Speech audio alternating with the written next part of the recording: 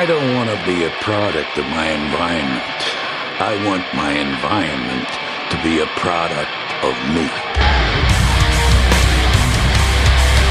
Prestige Living Podcast. So with that, who do you want to be?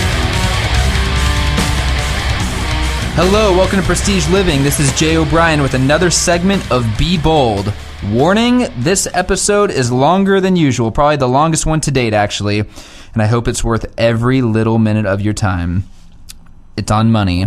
Money is always a hot topic with people, especially in the business, self-help, motivation sort of world. Here's how to maximize your income, or work less, get paid more, that sort of thing. And although these can be great resources and a good avenue to explore in terms of getting your mind to think creatively and unconventionally when it comes to making money, there is a huge piece of this that almost always gets swept under the rug because it's not as sexy. It's the first thing to forget or easily disregard when you're zoomed in on income.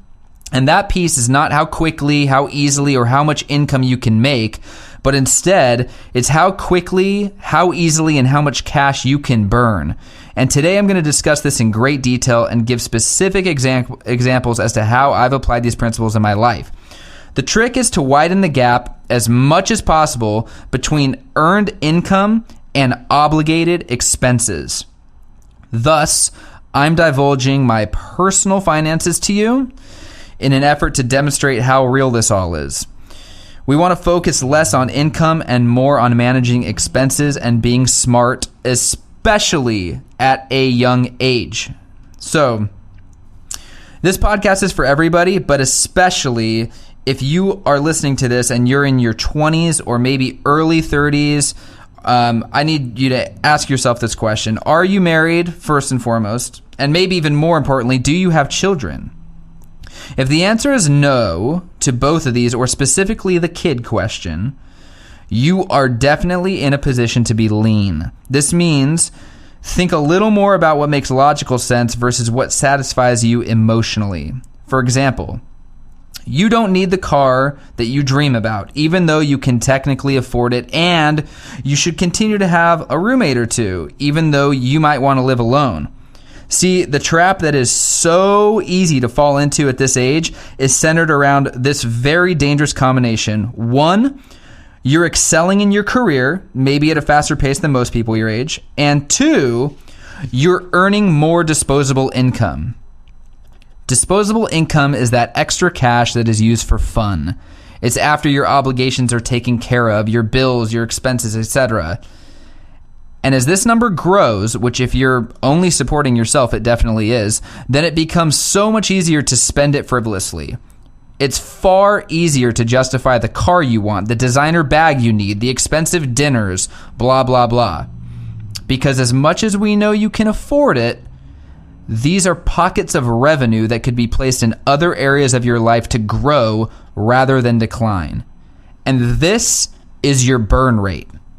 Now, for those of you listening who know me, you might be thinking, this sounds a bit hypocritical. You might know that I drive a Tesla, I own a house, and I'm going on vacation more often than most people. Those are all expensive things, and I'll get there. And here's what might interest you in listening to this podcast in its entirety. My total nut every month, that's the number I need to hit to break even and pay for all of my things. That number is less than $2,500. Okay, that means that if I were earning $15 an hour somewhere right now, I could still maintain my lifestyle today. Again, the secret is to constantly widen the gap between income and expenses, where you could literally retire in your 30s if you played your cards right. Not because you made millions of dollars by joining an MLM or had the best idea in the world or what have you, but because you knew how to play the cards you were dealt at the right time and make smart moves. See, the idea with lifestyle is similar to the idea with business. When you start a business, you don't want to get the nicest looking office with the best view and the coolest computers. Although it all looks cool and fancy, it's completely unnecessary. Instead, you want to do what makes sense, what will in turn yield a positive ROI. And then you want that business to grow the business. In other words, the profit you're generating from being smart will fund the things later on that become more negligible because you've made the right steps in the beginning rather than just jumping the gun. Okay, so here's my story. I'm going to give you real life examples as to how I've put all of this into practice. I'm going to give you exact numbers. None of this is bullshit. So let's start from the top. First and foremost, I've been reading books on economics, business, investing, saving, real estate, etc. since I was about 17 years old. And where most people can't wait to turn 18 so they can finally buy cigarettes or vote or play the lotto or whatever you do when you're allowed to be a legal adult. For me, I couldn't wait to get tattooed, but I couldn't wait to legally be able to invest. I started my very first stock portfolio the week of my 18th birthday. And later that same month, I started my first retirement account. At the same time, I was able to participate in the stock purchase plan at work, which I took full advantage of. So as an 18-year-old kid working at Best Buy, I made a decent amount of money. But the real secret was that I lived at home and I had very minimal expenses. So this allowed me to take the extra cash that most kids might have used for newer and cooler things and instead put them places that I knew would pay off long term. Again, it's a pretty simple concept. Make money grow rather than watch it disappear. And it's even better if you can put it in places that are hard to access. By the time I was 23, I had a decent amount of money saved, but nowhere near enough to buy a house on my own. However, I knew that was the next step. So I got with a buddy of mine who was already a roommate at the time and asked if he'd be interested in going in on a place together. We showed each other our bank accounts, and I think at the time I had a total of like $12,000 saved, which wasn't bad for a 23-year-old, but definitely wasn't enough to buy a house either. So I started to run the numbers on how much it would cost to purchase a single-family residence in Costa Mesa, what the total monthly payment would be in addition to the down payment required, and just started to think of the different possibilities and how and if we could make this work. The reality was, to put 20% down on a place, I needed about $100,000 to $125,000, which I clearly did not have. So I started thinking, who do I know who might have this kind of money? And if that person has that money, where is it currently parked? How much interest is it earning? So first call I made was to my dad and asked him how much he was earning on his cash that was in the bank or wherever he put it. After finding out what the interest rate was, or the rate of return on average, I proposed an offer to let me borrow the amount that I needed for a down payment with a short maturity date where the loan would become due, and I would pay him a premium on the interest versus what the market was currently giving him. So for him, he's going to make more money, and for me, I'm going to build an opportunity with that money. He agreed. We drafted up a legitimate note and specified all the terms. I mean, every little detail, everything. How does he get repaid if I die, for example, before the loan term is up? What if he dies? What if my buddy bails? And we went through all those scenarios, and it was all in writing. So at this point, I had the plan in place, and it was time to execute that plan. So in February 2010, at 23, I bought my first house. And I knew that the monthly payment would be tight between me and my buddy. And although it would have been sweet for us to have the house to ourselves and we technically could have made it happen, we decided to plug in a roommate. Again, make money grow, not watch it disappear. This was an extra $700 a month in income for us, as well as utilities split 3 ways instead of 2. And these things add up fast when multiplied over the course of a year. So meanwhile, I was still driving a very conservative car, not making extravagant purchases, and I was maintaining a modest lifestyle. And this was all while still contributing to my retirement account, my investment accounts, and my stock purchase plan. Well, in 2013, fast forward 3 years, my buddy decided to move out of state. I wasn't ready to sell at the time, but I also didn't know how I could stay there without him. So we decided to have a formal appraisal done on the house to see exactly what it was worth. I put a hypothetical net sheet showing how much each of us would walk away with in equity if we sold the property today at value. Once all your fees are paid, once commissions are paid, all that sort of stuff. And after crunching the numbers, I decided it would be best to stretch myself a bit and buy out his share of equity rather than sell the home. And at the time, this was the bulk of my savings. So I stretched myself and bought him out. And now I was the sole owner of a single-family residence in Costa Mesa, and in turn plugged in 2 roommates to keep income flowing. However, this time I was receiving 100% of the tax benefit on the mortgage interest and 100% of the equity gain moving forward. Well, 4 months later, the house appreciated an additional $80,000, and I sold the house at a premium given the market conditions. This net me a grand total of about $100,000, completely tax-free at 27 years old. This is another lesson to take note of. When there's an opportunity for a win on ROI is return on investment, take it. Do not ride the wave until the point at which it crashes. Know when to walk away. Just like in Vegas. You won, walk away. Take the money, bring it to the next venture. Meanwhile, my real estate career was going well. I'd become partners with my broker at the time and shortly after started an escrow company. Now, the income was growing at a rate higher than my years prior, and again, the trick was to keep expenses low. Remember, widen that gap.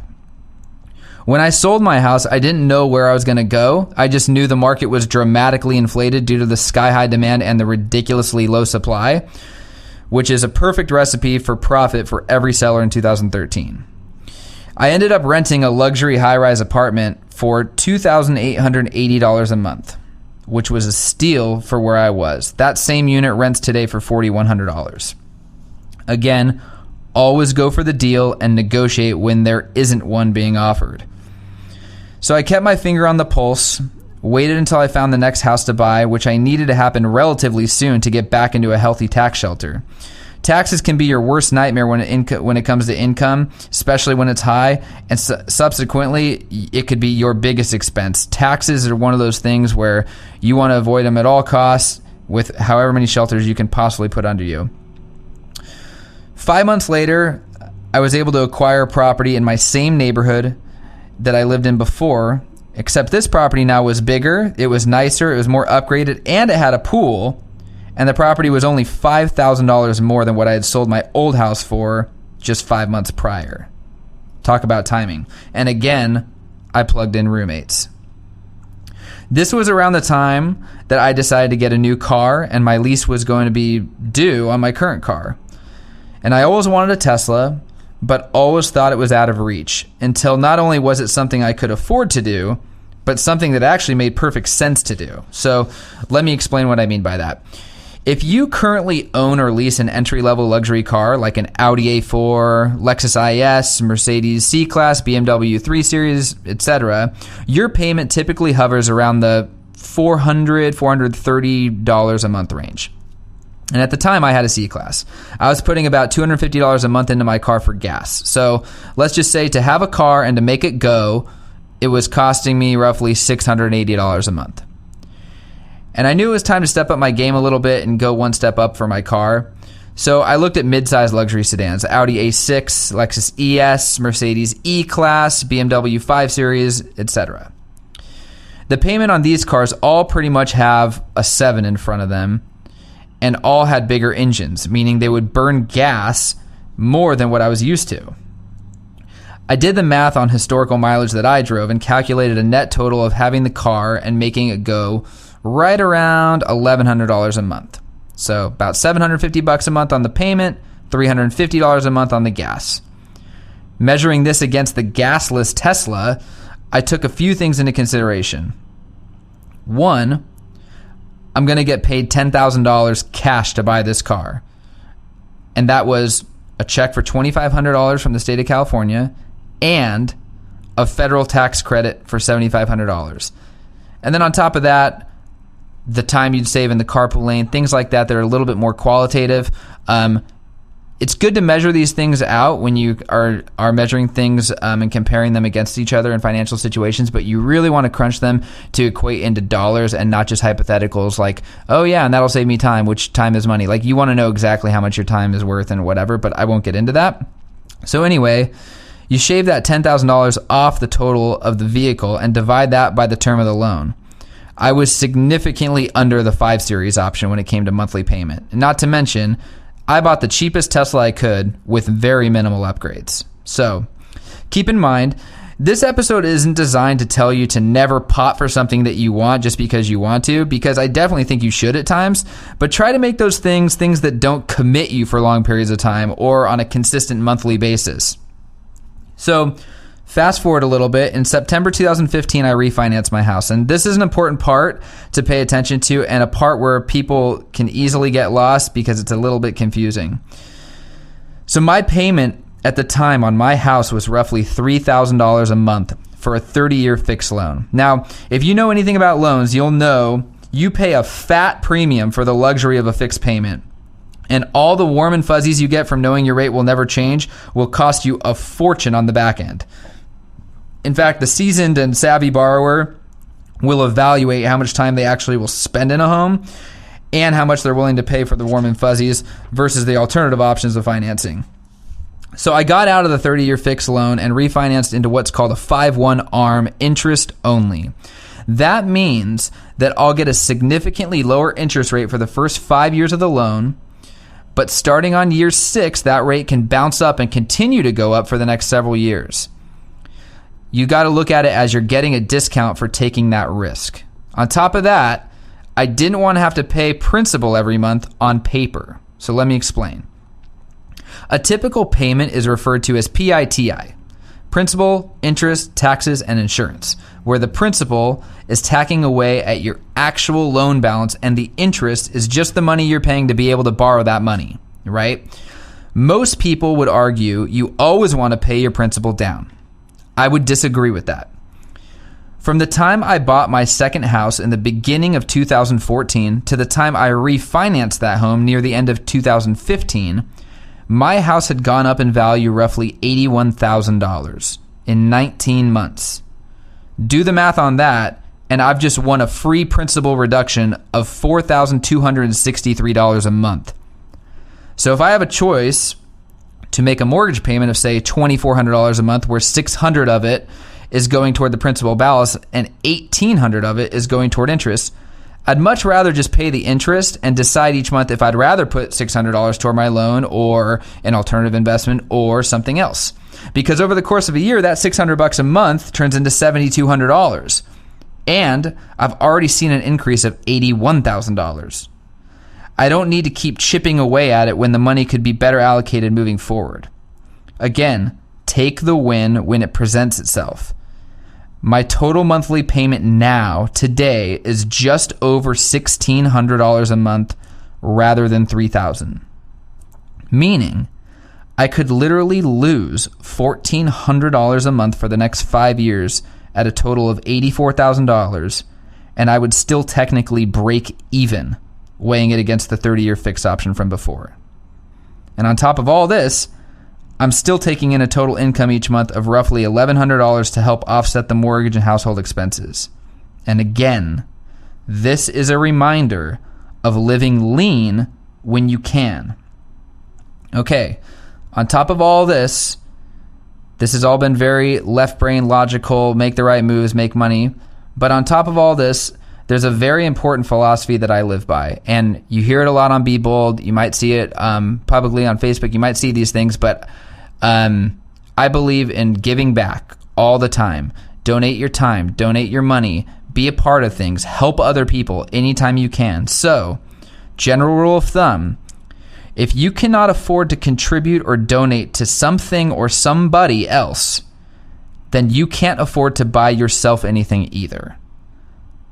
That's a very important philosophy to keep into consideration when you're acquiring new things or making purchases. Anyway, if you've made it this far, that's probably enough for today. But figured this would be a very hot topic and a chance to be a little bit more vulnerable than I ever have been on Be Bold when it comes to sharing personal information. Also, a lot of these sort of examples can often be discussed by financial gurus and things like that in the market, YouTube channels and whatnot, and it's all very vague and ambiguous. This is literally an exact outline as to what I've done over the last 6 years when it comes to buying and selling real estate, and really over the last 12 years when it comes to finance and investments alone. So anyway, I sincerely hope this helped you, and I hope that you were able to apply it to your situation on some level. Remember, be lean, be smart, be aware, and be bold.